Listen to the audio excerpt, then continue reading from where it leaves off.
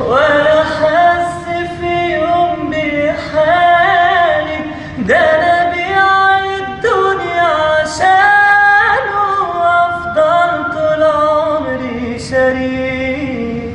كان صاحبي وكل حياتي، وحياتي شوية عليه. صاحبي في مرة قصدني أدخل بينه وبينها، دي حبيبته بتدعى منه وجراحه ما يتحملها. ويا ريتني ما اتدخل ولا يوم كلمتها، صدمتني بكدبة كبيرة اتهمتني بحبها. قلت لها ده صاحب عمري، أيام عشانه يهونه، راحت وقالت له بسرعة إن أنا علشانها بموت.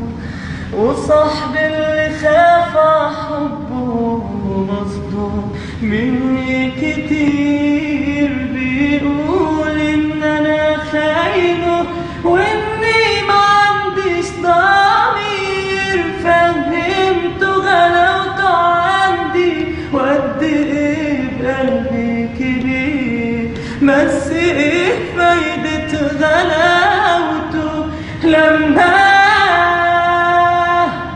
يشك